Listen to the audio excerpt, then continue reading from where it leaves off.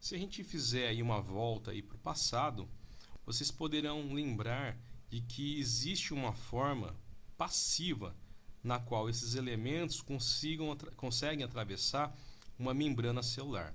Porém, algumas células especializadas, como por exemplo células do sistema nervoso, células cardíacas, células musculares, isso não é possível. Por quê? Porque essas cargas elas trabalham quanto um gradiente elétrico.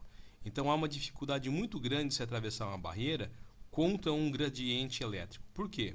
Porque a característica principal desse tipo aqui de membrana, no caso aí a membrana do neurônio, ela tem uma barreira fosfolipídica.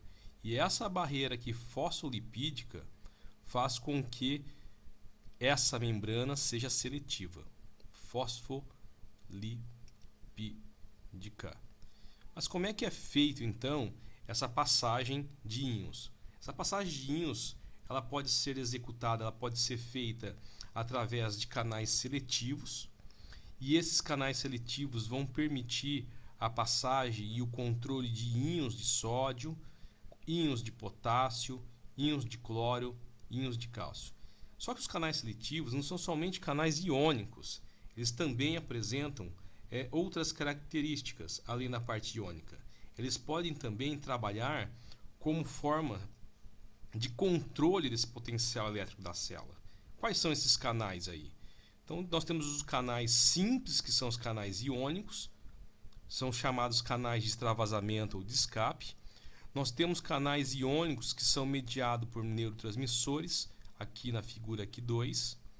Esses canais aí eles só abrem com a presença de um neurotransmissor, na qual ele vai se encaixar no receptor e através disso vai ocorrer a abertura deste poro, ou seja, a abertura dessa estrutura proteica que acaba controlando e permitindo aí a passagem, ou seja, se está do meio externo para o meio interno, ele vai fazer aqui um influxo de substância, ela vai entrar para dentro, ou seja, influxo quando você manda uma substância do meio externo para o meio interno, e ela também vai regular e permitir também a passagem de substâncias do meio interno para o meio externo. Isso aí é denominado efluxo. Ou seja, para o exterior, para o interior. Então nós temos duas coisas. Nós temos aí os canais iônicos de extravasamento ou de escape, são canais aí que permitem a livre passagem. São canais iônicos que vão trabalhar mediante a liberação de um neurotransmissor e canais dependentes de voltagem.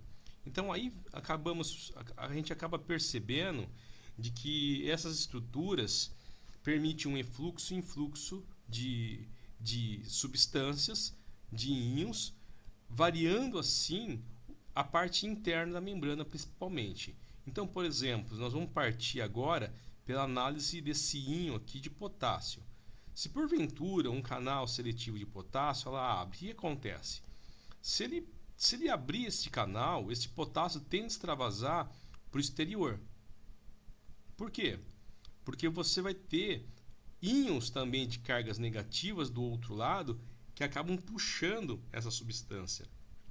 Isso acaba ocasionando uma alteração do potencial de ação da membrana, ou seja, essa membrana, na hora de um estado de repouso, ela passa para um estado de atividade. E qual seria essa atividade? A perturbação provocada por íons. Então essa palavra chama-se perturbação. Qual seria? Íons. Então tá aqui, ó, provocada por íons. Isso cria um gradiente aí negativo.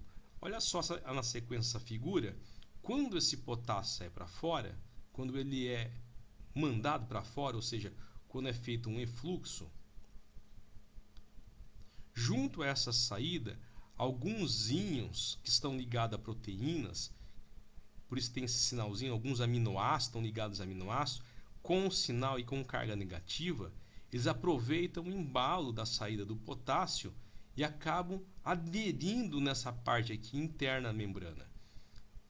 Isso ocasiona uma alteração de membrana e essa camada aqui interna começa a ficar uma camada negativa. E isso aqui é o suficiente para provocar aqui uma diferença de carga entre do lado de fora com o lado de dentro. Essa perturbação é muito importante, que nos dá agora um início para explicar o potencial de repouso.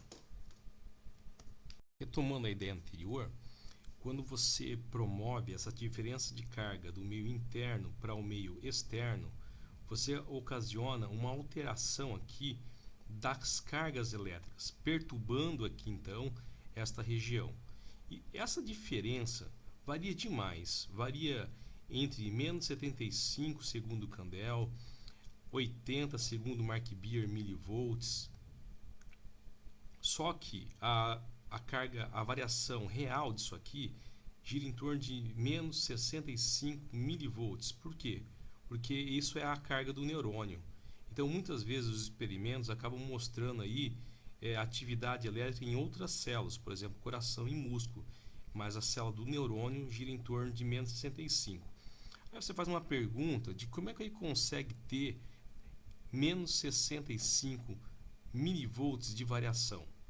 Ele consegue ter graças a esses canais, que não somente são canais permeáveis ao potássio, mas também existem canais permeáveis a outros elementos, como por exemplo o cloro, como por exemplo o sódio.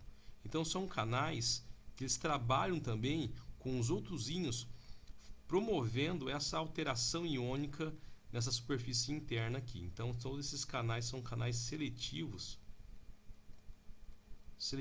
iônicos. Uma outra forma de você conseguir equilibrar a membrana e promover aqui uma eletronegatividade interna com relação à face externa, além dos tradicionais canais iônicos que nós temos aqui, é a utilização de outro sistema, como a bomba de sódio e potássio. Por quê? Porque uma bomba de sódio e potássio ela vai jogando o sódio para dentro e o íon de potássio para fora. Só que esse tipo de bomba corresponde a quase 75% do gasto energético do cérebro. Agora você sabe que depois de um tempo de estudo você sente uma fome, né? Porque você consumiu muito ATP cerebral, porque esse sistema de bomba de sódio e potássio é muito utilizado para conseguir promover essas diferenças de carga. É muito importante salientar que essas diferenças de carga são nas faces internas da membrana. O resto das áreas celulares, elas encontram-se equilibradas, mais com menos, menos com mais, e aí vai. Essa perturbação aqui só vai ocorrer nessas zonas que são próximas à membrana, não necessariamente em todas as células que ocorre essa perturbação. Mas por que ocorre essa perturbação? Porque qualquer resposta, qualquer estímulo elétrico provocado por um outro neurônio é suficiente quando chega muito perto para transmitir esse impulso nervoso. Então, é necessário que ele esteja em um estado de engatilhamento, um estado de preparação para que ocorra aí a transmissão do impulso.